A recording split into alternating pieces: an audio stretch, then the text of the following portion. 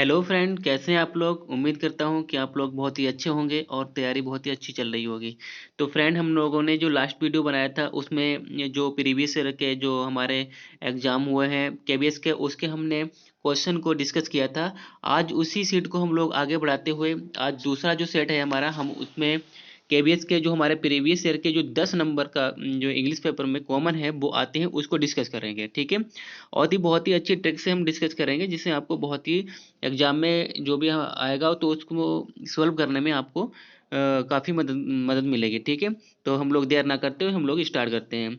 जैसे फ्रेंड देखिए, यहाँ पर लिखा हुआ है पार्ट 1 में जो हमारी जनरल इंग्लिश होती है, पार्ट 1 में ही जनरल इंग्लिश होती है, तो उसमें हमारे 10 नंबर का आता है। ठीक है, कितने का? 10 नंबर का आता है। इसको हम 10 नंबर अपनी मुट्ठी में करेंगे, एक भी क्वेश्चन आपसे गलत नहीं होगा। आगे बढ़ते हैं, हम लोग कैसे करते हैं देखिए।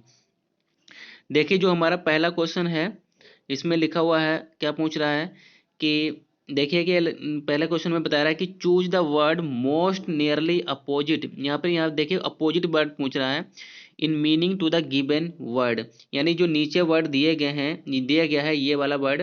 ठीक है, इसका हमें अपोजिट वर्ड चुनना है जो नीचे दिए गए हैं। ठीक है, तो यहाँ पर वर्ड हमारा क्या है? फैक्ट है। ठीक है, तो फैक्ट का हमें बताना है पहले क्या इसका अपोजिट क्या होता है। ये मतलब इसने पूछा है एंटोनियम पूछा है। क्या पूछा है? एंटोनियम्स पूछा है, तो हमको एंटोनियम्स बताना है इसका। ठीक है, तो देखिए फैक्ट का मतलब क्या होता है? फैक्ट का मतलब होता है सच। ठीक है, क्या मतलब होता है? सच होता है। तो यहाँ पर देखिए, क्या फिक्शन का मतलब सच होता है? ठीक है, क्या ये मतलब इसका अपोजिट पूछ रहा है। ठीक है, अब अपोजिट यानी फैक्ट, फैक्ट का मतलब तो सच होता है, तो फिक्शन का मतलब क्या सच होता है? न। फिर देखिए क्या इमेजिनेशन क्या होता है। ठीक है, देखो आगे कह रहा है कि रियलिटी। ठीक है, आगे पूछ रहा है क्या? लाई। तो यहाँ पर उसने डायरेक्ट पूछ लिया है कि अपोजिट का इसका बताना है, किसका? फैक्ट का तुम आपको बताना है अपोजिट। तो भैया फैक्ट मतलब होता है सच, और लाई का मतलब क्या होता है? झूठ। तो यहाँ पर जो हमारा राइट ऑप्शन होगा वो हमारा क्या हो जाएगा? डी वाला हो जाएगा। ठीक है फ्रेंड, आई होप आपको ये समझ में आ गया होगा। आगे बढ़ते हैं। ओके फ्रेंड, जो हमारा नेक्स्ट क्वेश्चन है उसमें देखिए क्या पूछ रहा है। उसमें कह रहा है कि complete the following sentence why using the correct form of the verb with the help of the option that follow. यानी यहाँ पर देखिए वो कह रहा है कि फिल इन द ब्लैंक्स भरिए, और जो कैसा मोस्ट सुइटेबल आपका ऑप्शन हो उसको यहाँ पर भरना है। तो जो हमारा सेंटेंस है वो क्या है, आप देख लीजिएगा उसको। कह रहा है कि the headmaster to speak to you, यानी headmaster to speak to you. अब हमको यहाँ पर जो भरना है फिल इन द ब्लैंक्स है, इसमें सुइटेबल फॉर्म भरनी है वर्ब की। इज वांटिंग या होगा, या फिर वाज वांटिंग होगा, या फिर वर वांटिंग होगा। तो फ्रेंड देखिए यहाँ पर चार, यहाँ पे या फिर होगा वांट्स। देखिए सभी जगह क्या दिया गया है? वांट दिया गया है। ठीक है, यानी वांट है या फिर वांटिंग है। तो एक बात बता दूं फ्रेंड्स, ये वांट जो हमारी है एक कैसी स्टेटिव वर्ड है, और इसमें कभी भी आईएनजी नहीं लगती है। तो जितने भी वर्ड हमारे जो आईएनजी वाले हैं वो सारे के सारे क्या हैं? ये गलत हैं, ये कोई भी नहीं होगा। जो हमारा राइट ऑप्शन है वो हमारा क्या होगा? डी होगा। तो ये हो जाएगा द हेड मास्टर, यहाँ पर आपको लगाना है बांट्स। क्या हो जाएगा? The headmaster wants to speak to you, यानी हेड मास्टर आपसे बात करना या फिर आपसे बोलना चाहता है। तो यहाँ पर राइट ऑप्शन हमारा क्या होगा? डी होगा। ओके फ्रेंड, आगे बढ़ते हैं। देखिए आगे भी हमारा फिल इन द ब्लैंक्स ही पूछ रहा है। तो ये क्या पूछ रहा है? देखिए फ्रेंड, कह रहा है कि ही फॉर, यानी ही फॉर 5 आवर्स, यानी वह, अब यहाँ पर 4 दिया गया, अब 5 आवर्स यानी यहाँ पर टाइमिंग दी गई है। अब ये क्या कह रहा है? देखिए सभी में स्लीप यानी स्लीप की बात की जा रही है। क्या कर रहा है वो? ही हैज बीन स्लीपिंग, या फिर he must had been sleeping, या फिर वाज स्लीपिंग, या फिर हैड स्लीप्ड। देखिए फ्रेंड, वो कह रहा है कि ही फॉर 5 ईयर्स, यानी टाइम की बात की जा रही है। इसका मतलब है परफेक्ट कंटिन्यूस तो आना है। क्या क्या आना है? Perfect continuous. तो हैज बीन स्लीपिंग या फिर मस्ट हैड बीन स्लीपिंग, तो मस्ट हैड बीन देखो होगा नहीं, ये तो गया गलत। ठीक है, वाज बाज और स्लीपिंग के बाद कभी भी ये 5 आवर्स यानी टाइमिंग आता नहीं है। ठीक है, तो हैड स्लीपिंग ये भी होगा नहीं। तो हमारा जो करेक्ट ऑप्शन है वो हमारा क्या है? वो हो जाएगा he has been sleeping for 5 hours, यानी वह 5 घंटे से क्या कर रहा है? सो रहा है। तो हमारा जो राइट ऑप्शन होगा वो क्या होगा? हमारा ए होगा। ठीक है फ्रेंड, आगे बढ़ते हैं। देखिए नेक्स्ट हमारा क्या बता रहा है, डायरेक्शन में लिखा हुआ है कि कह रहा है कि in the each of the following sentence improve the underline part with the help of the given options. वो कह रहा है कि यहाँ पर जो नीचे सेंटेंस दिया गया है, ये वाला देखिए सेंटेंस दिया गया है, कह रहा है कि उसमें जो अंडरलाइन वर्ड है उसको नीचे दिए गए ऑप्शन से करेक्ट करिए। ठीक है, यानी इसमें कोई एरर है। अब देखिए क्या, यानी ये वाला जो अंडरलाइंड पार्ट है इसमें कोई एरर है, आपको इसको रिप्लेस करना है, नीचे वाले ये जो हमारे ऑप्शन दिए गए इनसे रिप्लेस करना है। ठीक है, तो देखिए हमारा क्या लिखा हुआ, I shall have much pleasure in accepting your kind invitation to dinner. वो कह रहा है कि I shall have much pleasure, यानी वो कह रहा है मेरे पास I shall have much pleasure, मेरे पास क्या होगा, मेरे पास अच्छा प्लेजर होगा, खुशी होगी, in accepting your kind invitation to dinner, यानी आपका जो काइंड इनविटेशन है डिनर के लिए उसको एक्सेप्ट करना। तो यहाँ पर क्या हम इसको रिप्लेस कर सकते हैं, देखिए क्या कांट हैव मच प्लेजर हो सकता है, या फिर I am having much pleasure हो सकता है, या फिर आई मे हैव मच प्लेजर हो सकता है, या फिर आई हैव मच प्लेजर ये हो सकता है। फ्रेंड यहाँ पर देखिए I can't have much pleasure ये नहीं होगा। ठीक है, I can't have much pleasure यहाँ पर उसे तो हो रहा है। ठीक है, यानी वो काइंड इनविटेशन है तो यहाँ पर नेगेटिव तो बात होगी नहीं, ये तो क्या हमारा। आगे देखिए लिखा हुआ है कि I am having much pleasure, देखिए हैविंग का मतलब पास में होना नहीं होता है, हैविंग का मतलब होता है टेकिंग, यानी लेना होता है। हैविंग का मतलब क्या होता है, टेकिंग, यानी लेना होता है। तो यहाँ पर क्या प्लेजर को वो ले रहा है क्या, मतलब खा रहा है क्या, तो यहाँ भी ये भी ऑप्शन गया हमारा, यानी दो ऑप्शन गए। अब देखिए आई में है मच प्लेजर, यानी अगर देखिए आई में है हो सकता है, क्या संभावना है क्या, नहीं, ये भी गया। तो जो राइट ऑप्शन हमारा है वो हमारा राइट ऑप्शन होगा डी।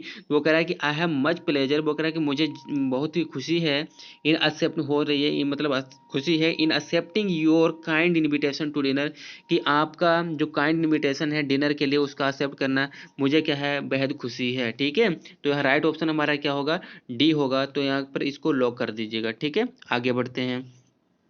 आगे देखिए जो हमारा नेक्स्ट ऑप्शन दिया गया है, सॉरी क्वेश्चन है, वो कह रहा है कि वही करना है जो हमने ऊपर वाले में किया था। नो सूनर, क्या कह रहा है कि no sooner did the police arrive, इस पार्ट को हमें रिप्लेस करना है इन वाले पार्ट से। ठीक है, तो देखिए क्या है, no sooner did the police arrived then the robbers made good their escape.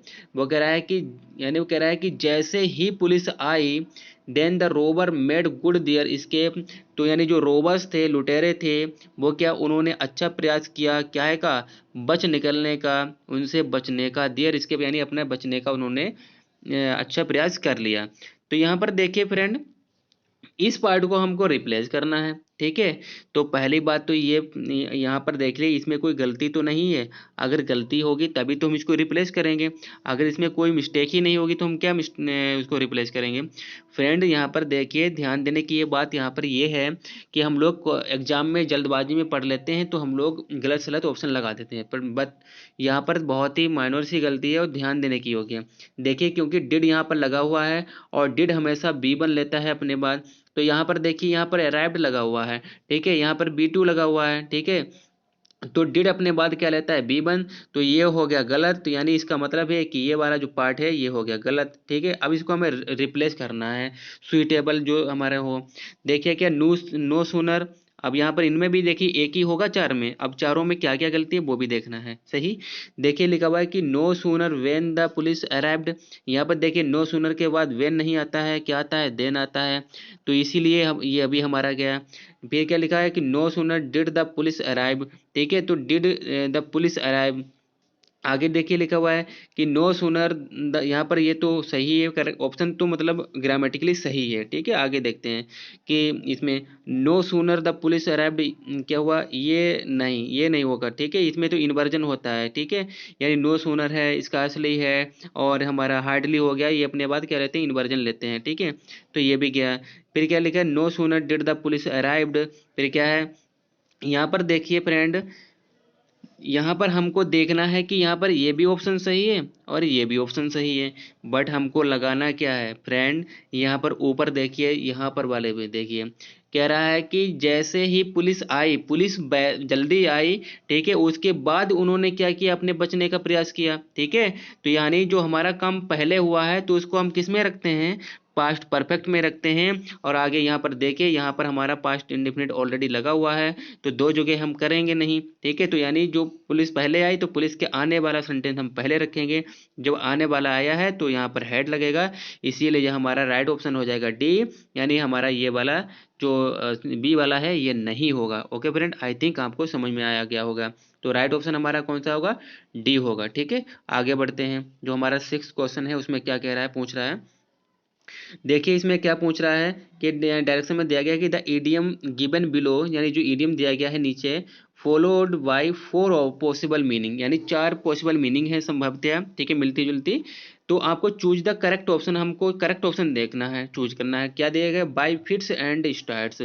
Bye fits and start का मतलब क्या होता है, इरेगुलरली होता है, सक्सेसफुली होता है, इनकम्प्लीटली होता है, या फिर सडनली होता है। फ्रेंड देखिए, वाई फिट्स एंड स्टार्ट का मतलब होता है रुक रुक कर काम करना, ठीक है। क्या करना, रुक रुक कर काम होना, यानी अनियमित तरीके से काम होना, ठीक है, डिसकंटिन्यूसली तरीके से काम होना। तो यहाँ पर जो हमारा राइट ऑप्शन होगा वो होगा इरेगुलरली तरीके से। रेगुलर तरीके से जो काम नहीं होता है उसको हम बोलते हैं बाय फिट्स एंड स्टार्ट, इसको ईडियम बोला जाता है, ठीक है। यानी वो क्या है, पहले फिट हो फिर स्टार्ट हो, पहले फिर फिट हो फिर स्टार्ट हो, मतलब पहले फिट हो फिर स्टार्ट, फिर फिट फिर स्टार्ट, मतलब यहाँ पर गैपिंग हो रही है ना, रुक रुक के, ये देखो गैपिंग हो रही है। तो इसी को हम ऐसे इस तरीके से याद कर सकते हैं। तो इसका हमारा जो बेस्ट ऑप्शन होगा वो हमारा होगा ए वाला, ठीक है। आगे बढ़ते हैं, देखिए जो हमारा नेक्स्ट ऑप्शन है दिया गया है 7 नंबर में, क्या पूछ रहा है कि in the following sentence out of the given alternative choose the, हमको क्या करना है, आगे देखिए हमको मतलब इसमें क्या चूज करना है। तो फ्रेंड यहाँ पर देखिए हमको क्या क्या मतलब इसमें चूज करने के लिए बता रहा है। तो यहाँ पर देखिए ये बता रहा है, देखिए कि one which best expresses the meaning of the underlined word. तो यहाँ पर जो नीचे अंडरलाइंड वर्ड है यानी इसका हमें मीनिंग बताना है। लिखा हुआ है कि his performance in the office is quite superficial. वो कह रहा है कि उसकी जो परफॉर्मेंस है कहाँ ऑफिस में, वो बिल्कुल कैसी, सुपरफिशियल है। सुपरफिशियल का मतलब अब क्या होता है, सुपरफिशियल का अभी देखो बताते हैं, पहले हम लोग, आप भी बताइएगा इसमें सुपरफिशियल का क्या मीनिंग होगा, ठीक है। क्या एक्सीलेंट होता है, क्या सेलो होता है, या फिर एक्सेसिव होता है, या फिर अननेचुरल होता है। देखिए सुपरफिशियल का मतलब ये होता है जो मतलब इररिलेवेंट हो, कैसा हो, इररिलेवेंट हो, मिलता जुलता ना हो, और वो कैसा हो, मतलब मिलता जुलता ना हो, ठीक है, तो उसी को बोलते हैं। तो एक्सीलेंट तो होने का नहीं है, सेलो उथला होता है इसका मतलब होता नहीं है, एक्सेसिव मतलब बहुत ज़्यादा होता नहीं है, अननेचुरल होगा इसका। सुपरफिशियल का मतलब होता है अननेचुरल, अप्राकृतिक, मतलब मिलता जुलता ना हो, ठीक है। तो हमारा सुपरफिशियल की मीनिंग होती है अननेचुरल। ओके फ्रेंड, आगे बढ़ते हैं। आगे देखिए जो हमारा 8 नंबर क्वेश्चन है उसमें ये क्या पूछ रहा है, उसमें कह रहा है कि अब इसमें देखिए कॉमन एरर की बात कर रहा है। कह रहा है कि direct the in the following sentence one part में हैव एन एरर। कह रहा है किसी एक पार्ट में एरर हो सकती है, choose the one which has the error. और हमको क्या बताना है कि उस पार्ट का हमें बताना है जिसमें गलती हो, इफ़ एनी, अगर गलती हो किसी में, ठीक है। अब देखते हैं ऑप्शन पढ़ लेते हैं इसमें कौन कौन सा है। It is the high time, ये ऑप्शन ए हो गया।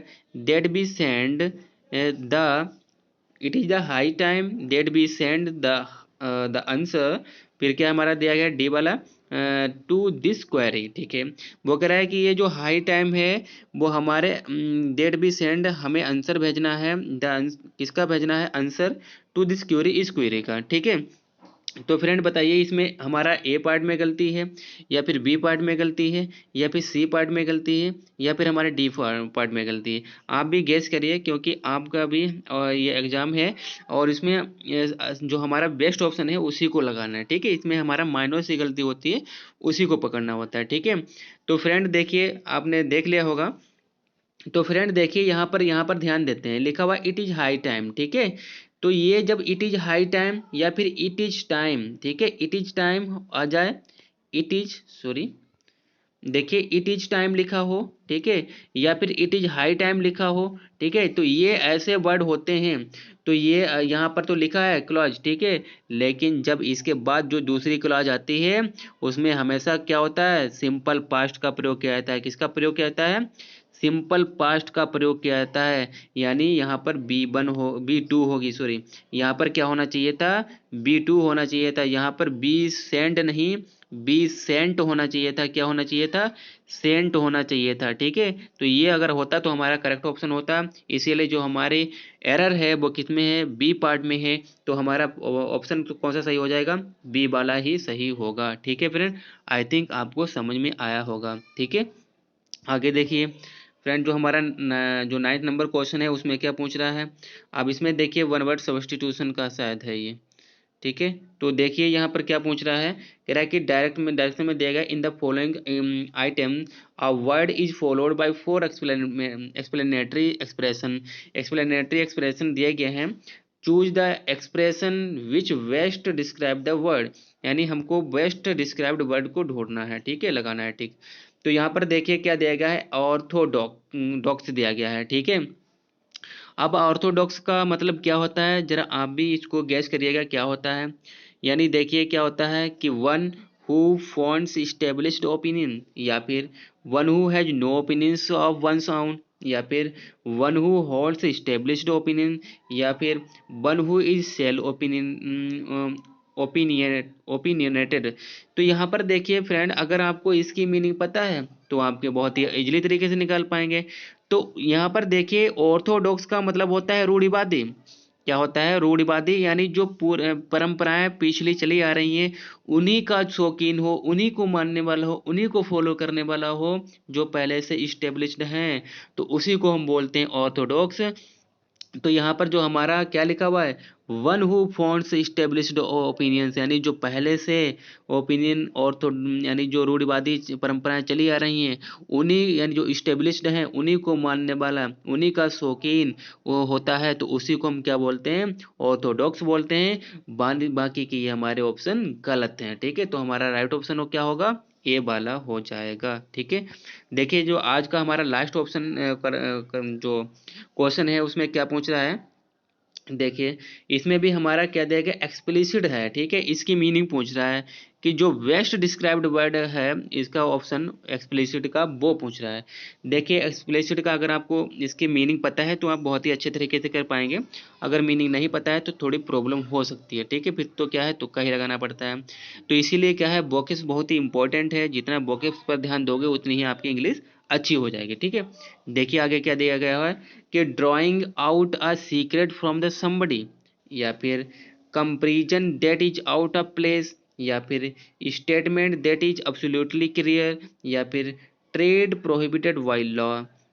वो पहले में क्या कह रहा है कि यहाँ पर देखिए drawing out a secret from a somebody, वो कह रहा है कि किसी के सीक्रेट को बाहर निकालना, या फिर comparison that is out of place, या कंपेरिजन किसी के बाहर का जो स्थान है उससे कंपेरिजन करना, या फिर statement that is absolutely clear, या फिर कोई ऐसा स्टेटमेंट जो बिल्कुल क्लियर हो, या फिर क्या ट्रेड प्रोहिबिटेड बाय लॉ, यानी ऐसा कोई बिजनेस जो ट्रेड या फिर कार्य जो लॉ के द्वारा प्रोहिबिटेड मना दी की गई हो।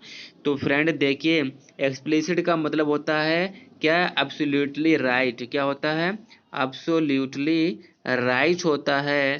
तो यहाँ पर जो हमारा करेक्ट ऑप्शन होगा वो ये होगा, सी वाला। कह रहा है कि statement that is absolutely clear, यानी वो स्टेटमेंट जो बिल्कुल क्लियर हो उसी को हम बोलते हैं एक्सप्लिसिट। तो हमारा राइट ऑप्शन हो जाएगा सी। आई थिंक फ्रेंड आपको ये 10 क्वेश्चन जो थे आपको समझ में आ गए होंगे विद एक्सप्लेनेशन। तो उम्मीद करता हूँ कि आप अच्छा करेंगे और आपको ये ट्रिक पसंद आई होगी फ्रेंड। अगर वीडियो को में कुछ भी आपको समझ में आया हो, थोड़ा भी अगर सीखने को मिला है, तो आप चैनल को सब्सक्राइब करें और लाइक करें और अच्छा अच्छा कमेंट भी करें और अपने फ्रेंड्स को भी शेयर करें और उनको सब्सक्राइब करने के लिए बोलें। फिर मिलेंगे इसी तरीके से एक नए सेट के साथ, तब तक के लिए बाय।